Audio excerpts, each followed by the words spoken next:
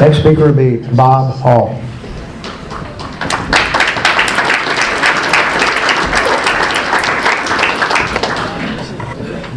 Well, good morning. Thank you so much for being here. You're to be commended for coming out and trying to learn what the candidates stand for that you're going to vote for, because this election coming up is going to be the most important ever. But before I get started, I got one little piece of housekeeping I'd like to take care of, and that's to let you know on our website, we've got a little blue button up there on that website that says donate, and I want to make sure that it works here in Rockwall. So when this is over, would you go home and go to the website as www.votebobhall.com and just punch that little button and see if it works. And if you got an iPhone or an iPad, you can try that too, because it's set up to work on that also.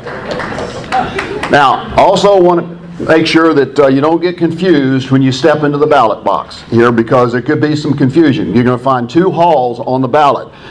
We're not related in any way at all, and we're not running for the same office. So it's okay if you vote twice for Hall. You won't turn into a Democrat, I promise you. And the other is, when you get down to the Senate level, there are two Bobs. Now, since my opponents refer to me as a radical right-winger, that must be I'm the right Bob. And that leaves my opponent as the left Bob. So when you get there, make sure you vote for the right Bob. All right? So, now, speaking of right-wing radical, you know, that's a term that's normally used by the liberal media and the left when making fun of those of us who believe in the Judeo-Christian values on which this country was founded, and on our Constitution as it was originally written and intended to be implemented, and for believing in all of the principles of conservatism, like limited government, physical responsibility, personal responsibility, rule of law of the Constitution, national sovereignty, free markets, sanctity of life, the sanctity of marriage, and the right to own and carry a gun and use it in your defense as our founding fathers had intended it to be done when they wrote the Constitution. If that means I'm a right-wing radical, then I will wear the biggest badge you got, because I am proud of it. Now, being on the right, obviously I am running because there is a difference of opinion between myself and my opponent on what should be laws and what should not be. That's what this is all about. And to help you understand the difference where we stand on the issues, this has nothing to do with personality or individuals. This is our beliefs from our hearts. And you heard my opponent describe what he believed and what he felt. I want to describe to you how I believe, what I feel in my conservative principles. I'll agree with my opponent. We do have a challenge coming up with the budget this year. We have a challenge because for the last 10 years, our legislature has grown our state government and its budget by 300% when the population grew at a rate of half of that. And we do have a budget problem this year because several times, as my opponent described, they have used accounting gimmicks and tricks to push payments forward, pull revenue back to come up with a smoke and mirrors balanced budget. But we have a difference of opinion on how it's to be balanced. There are two ways. You can either raise taxes or you can cut spending. And as my opponent just told you, he favors raising taxes. Folks, we do not have a revenue problem in Texas. We have a spending problem. We're spending too much money on too many things that have no benefit, that the government should not be involved in. We do not need to raise the gas tax. We divert almost half of the gas tax to something other than road and bridges. If we need money for our road and bridges, let's use the money we're already taking on the gasoline and fix our roads and bridges with that money. We do not need to raise the gas tax. Clearly a difference of choice there.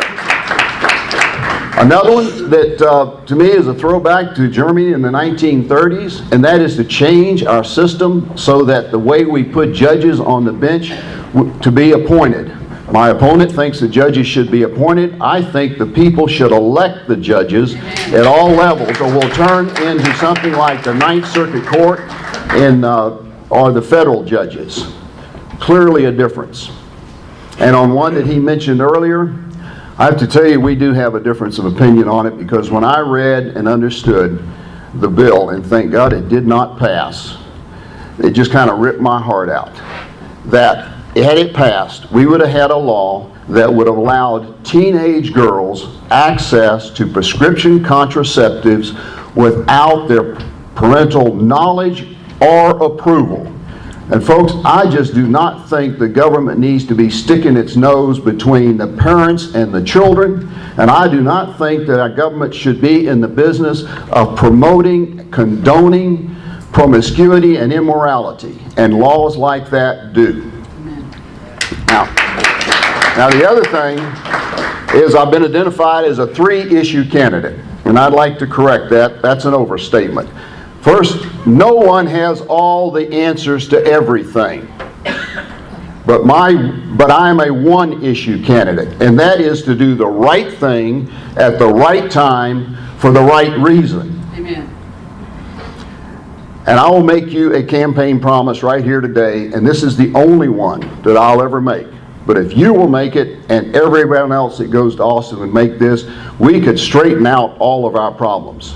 But I promise you that I will continue to daily go to God on my knees and ask for the wisdom to know what is the right thing to do, for the courage to do it, for the strength to stand for what is right, even if I'm the only one standing, and for His protection that I will never, never, ever be compromised by the establishment or by the special interest money masters in Austin. And that is my promise to you. Now folks, this election is not about me, and it's not about my opponent, and it's not about anybody running for office. This election is about the legacy that we're going to leave our children and our grandchildren. And it really burdened my heart when it dawned on me that if we do not change the direction our country is going in real quick, we are going to go down in the history books as the first generation of Americans who have left the country in worse shape than they received it. Our children and grandchildren, we will be known as the selfish, greedy generation. Our children and grandchildren will be known as the debt and in the enslaved generation to big government. And what's particularly strange is we inherited our legacy from what was known as the greatest generation. Folks, these were people who lived through the Depression. Before they got out of it, they took up arms to defend their country against the 2 mightiest armies in the world, using weapons left over from World War I. They traveled across 2 oceans that were a whole lot bigger than what they are today, fought, and Americans at home turned to. Businesses changed. Ford, General Motors gave up manufacturing cars to make tanks and airplanes and ships. People took jobs, turned to, and we won that war. Came home, put away the weapons, and picked up the tools of their business, and quietly started building the greatest nation this world has ever seen. And when they handed it over to us, you could talk about God in schools and get thrown out for using 4-letter words. And today, you hardly can mention God if you're standing in a government building or in a school ground, and you get accolades if you can string together sentences with 4-letter words in it. I think we have slid into Gomorrah, and the debt that we're leaving them, it is mind-boggling. If we don't change what we're doing by changing the leaders when we go to the ballot box, our children and grandchildren may have to be choosing their leaders with the ammo box. And if Winston Churchill, I'd like to paraphrase what he said, if he were here today. If you will not fight when victory can be won without bloodshed, if you will not fight when winning is easy and not costly, then our children and grandchildren may have to fight when the odds are against them and their chances of winning are slim. But even worse yet, they may have to fight when there is no chance of winning, no chance of survival, because it would be better to perish than to live in the burden of debt and slavery. Amen.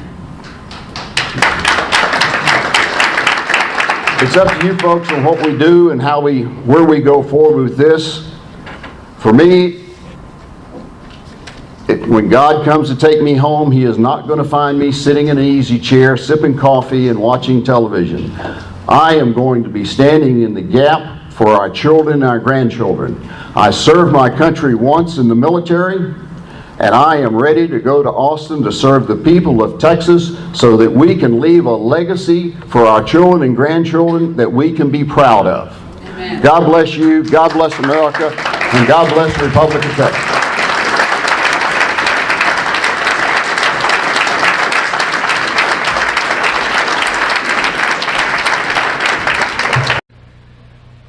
Our founding fathers here in this country brought about the only true revolution that has ever taken place in man's history.